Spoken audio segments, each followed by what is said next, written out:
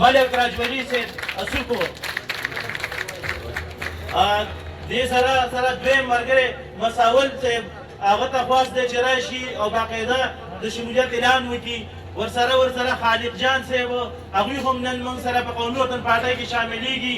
دې سره شهزاده بی هغه هم موږ سره په قومي وطن پارټۍ کې شاملېږي. خواست ورته کوو چې راشي.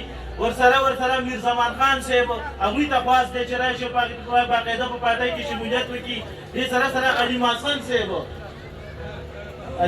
صاحب هغوی ته خواست دی چې راشي او په پارټۍ کې د شمولیت اعلان وکړي. عطاخان حاجي صاحب هغوی ته خواست دی چې راشي او باقاعده په پارټۍ کې د شمولیت اعلان وکړي. دې سره احمد علي صاحب هغوی ته خواست دی چې راشي.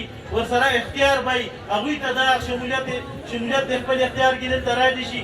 او ورسره صاحب نور حاجي صاحب هغوی هم نن موږ سره په پارټۍ کې شاملېږي. ورسره ملک معلوم صاحب هغوی ته هم خواست دی چې راشي او باقاعده موږ سره په پارټۍ کې شامل شي. ورسره سناب ګل بی هغوی ته خواست دی چې راشي او باقاعده په دې پارټۍ کې د شمولیت اعلان وکړي. ورسره سردار صاحب هغوی نن موږ سره په قومي وطن پارټۍ کې شاملېږي. ورسره محمد سعید صاحب هغوی موږ سره شمولیت کوي. دې سره امجد بی هغوی موږ سره په پارټۍ کې شمولیت اعلان کوي. دې سره عبدالفاروق صاحب عبدالصادق صاحب هغوی ته خواست دی چې راشي باقاعده د ملي رهبر جناب افتاب احمد خان شیرپاو صاحب د نورو قایدینو په لاس پارټۍ کې د شمولیت اعلان وکړي.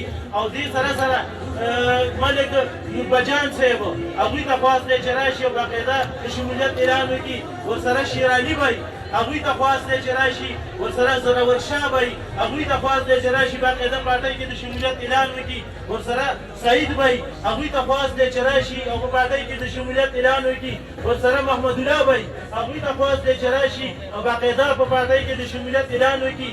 دې سره شیخ زمان بی هغوی به باقاعده په قومي وطن پارټۍ کې شاملېږي. او ورسره وزیر ملک هغه هم نن موږ سره په قومي وطن پارټۍ کې شاملېږي. او بل مجاب خان صاحب هغوی هم موږ سره په پارټۍ کې د شمولیت اعلان کوي. او ورسره یار محمد بی هغوی په پارټۍ کې نن د شمولیت اعلان کوي. ورسره شیرباز خان صاحب هغوی به نن موږ سره په قومي وطن پارټۍ کې شاملېږي. او دې سره سعدالله خان بی هغوی ته هم خواست دی چې راشي او باقاعده په پارټۍ کې د شمولیت اعلان وکړي. زه د خپل طرفه د خپل ملي رهبر جناب افتاب احمد خان شیرپاو صاحب له طرفه څومره انشاءالله تاسو به هېڅکله په خپله فیصله